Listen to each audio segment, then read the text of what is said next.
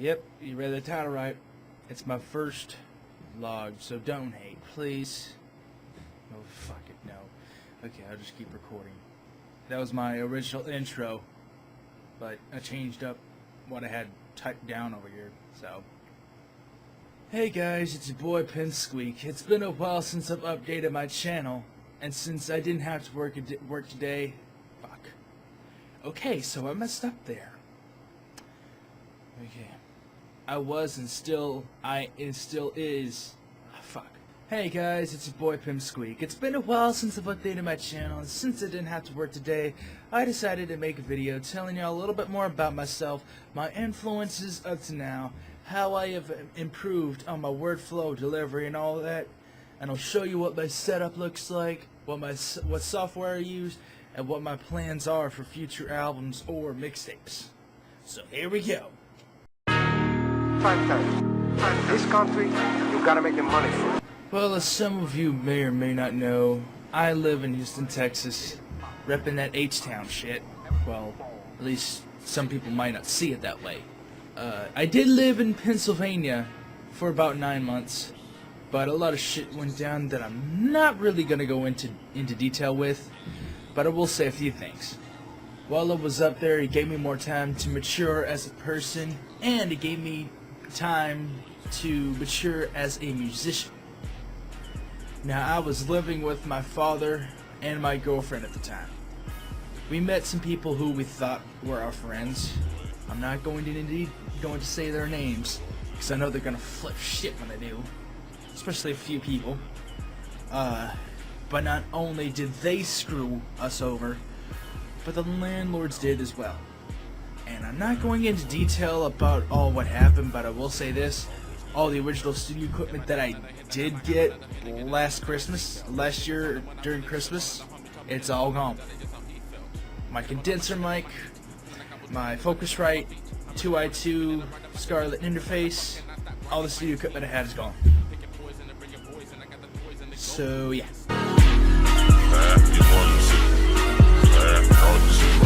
Okay, for my influences, they were really various at the time. And don't think that my only inspiration was rap. In fact, it really wasn't even really much of rap at the time. It was all mainly power metal shit. I was and still am a big rock, heavy metal, screamo, power metal, whatever fan. My starting influences were as follows: Shadows Fall, Nightwish, Camelot, Black Veil Brides, and many others. And now my influences consist of Eminem, Fort Minor, Linkin Park, Karanastic, Twisted Insane, everyone on the Funk Volume label. These guys are kick-ass too. Wish I could go see them live, and all the artists that I said earlier. Feel like Superman, but you're drinking from my elixir, but there ain't nobody stopping this venom I will deliver. Now, as far as improvements, some fans have told me that I have really matured in my songs. One of my friends, Rachel, whenever her and one of my clients, Crypto Knight, was over, whenever we went out and smoked a cigarette or something, that she told me that I had really matured in my music. Hang on a second, I gotta go close the door. Forgot the door was open. But yeah, whenever she was over here, me and her really started talking about my music and shit, and she really does see that I've matured in my songs and that. And if you listen to my first few mixtapes that I started making, which consists of remixes that made history in the past, P.I.M.P 2.0, and the first My Life Story mixtape. And if you listen to my stuff now, you can see a very big difference. And from the point that I was at in my life at the time, I was very shy, very nervous, and I really didn't care about the music.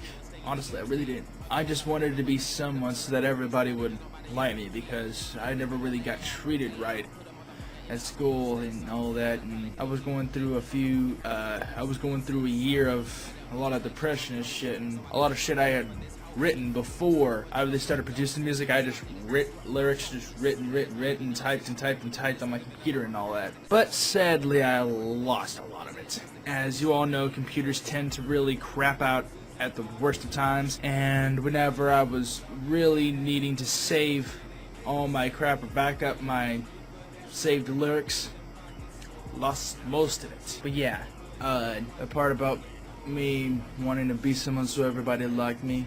At the time, I didn't know that that was the biggest mistake that any musician can easily make. Because if you're going to get into music, you really have to feel a passion for it. And I have learned from that experience that now seeing is how I'm starting to become a little bit more mature, and how I feel that this next mixtape that I'm working on, which I will give a little details towards the end of this, but I feel as if shit, I lost my train of thought. Fuck. But anyways, as these 2 years passed, I have really started to have a passion for the music, and I really enjoy what I do to this day. I really do. And this vlog right here, most rappers won't even do this. A lot of gamers do it and all that, like Jacksepticeye, Markiplier, and all that shit. Which I do. I'm a fan of those guys too. Which are some of my influences, like with non-music and that. They were one of my biggest influences in the non-gaming community. I mean non-music community. I'm sorry, I've messed that all up. But yeah. So anyways, now is the time that I get to show you what my setup looks like. Roll the footage and I'll be back. Okay, so here is how my studio looks. Like I said, I'm sorry if it looks like I recorded it with potato, because sometimes my phone messes up the image for some reason. But yeah, I got egg foam crate stuff all over the walls and packing blankets. I don't have any over there yet, or up there yet, or on the doors or anything like that yet. I'm still working on trying to find some packing blankets. But yeah, this is pretty much what it looks like.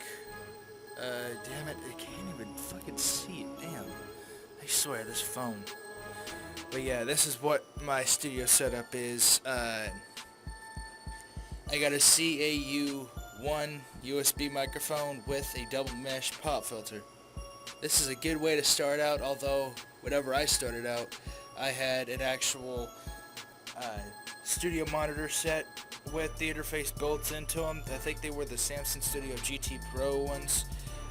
They really held out for a good while, and then they crapped down on me whenever I went out to visit my father in Pennsylvania back in 2012. Yeah, it was in 2012. Yeah, it was. So, sometimes they're just flying by me. But yeah, if you could see right there, the little black thing there that's kind of taking up most of the wall, that is another air crate thing. I have another one over here too as well, right there. Yeah, I had to take the lamp shade off because with it on, I could barely even see this shit, so. Oh yeah, but that's my computer right there. It's not a beast of a computer. It can do what it needs to. It runs FL Studio and a certain number of games at a really good pace, and it could really do what it really needs to do, although it's not really good for video editing because I don't have all the necessary requirements for it. But yeah, and also I do have FL Studio on my computer as well. I'm kind of getting used to that, but I'll get more into that after my whole setup vlog, or towards the end of this. So yeah, now let's get into what software I use to record with. Okay, so this is what I use. I use Mixcraft 6.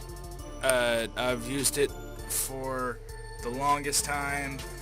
I do have Mixcraft 6 Home Studio, but it doesn't really suit me anymore. Whenever I had Mixcraft 6 Home Studio and the original Mixcraft 6 on my computer, whenever I put the registration code in on Mixcraft 6 Home Studio, for some reason it decided to register Mixcraft 6 as well. I haven't done it yet.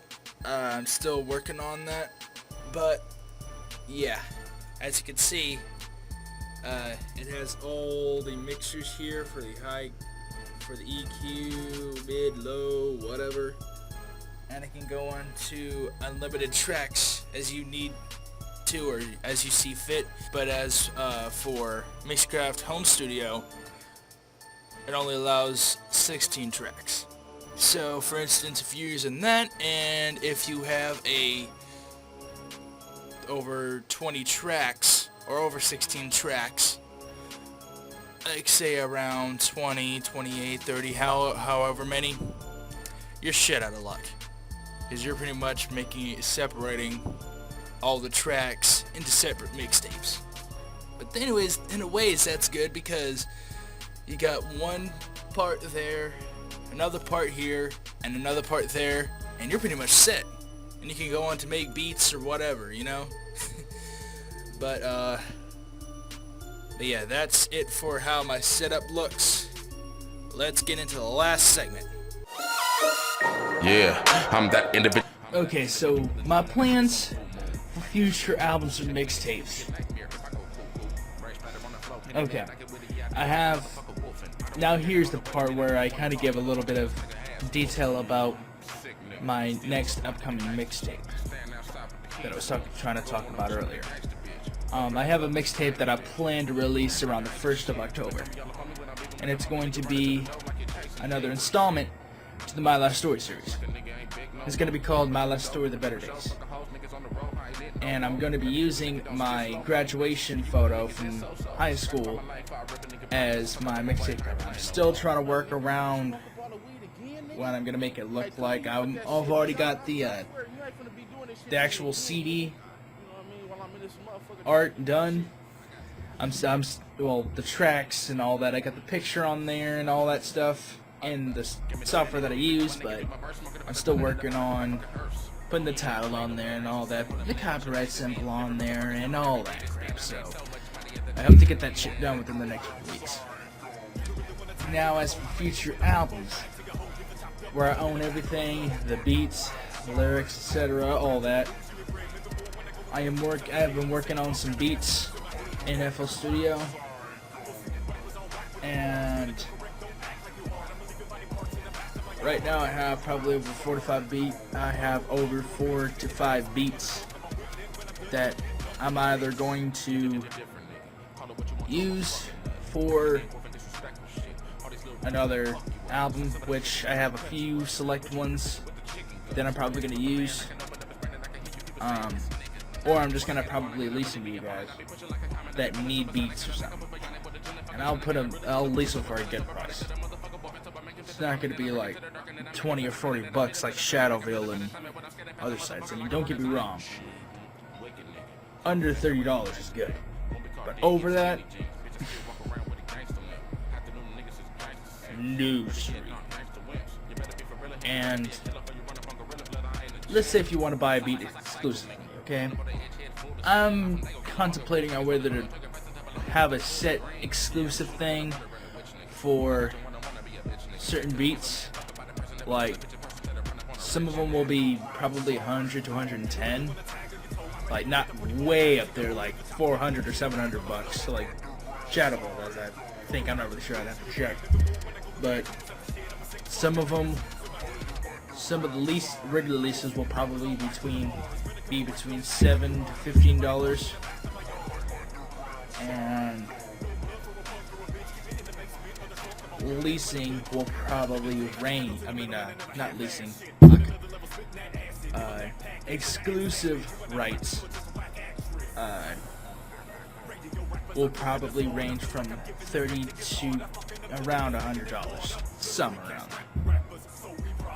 I'm really not really sure what I'm gonna do with all that, but I'm kind of trying to figure everything out.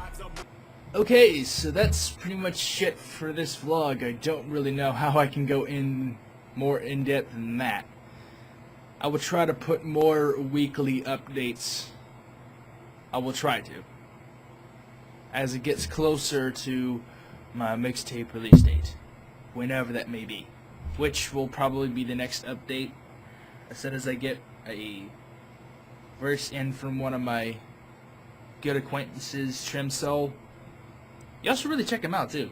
He's really good. He's gonna be on one of the tracks that's gonna be on the mixtape called Liquid Fire, and he's also gonna be on one of the tracks, the track right after that called Trying to Make 11. I will probably post a teaser, or I will probably post the song on my SoundCloud whenever I get it.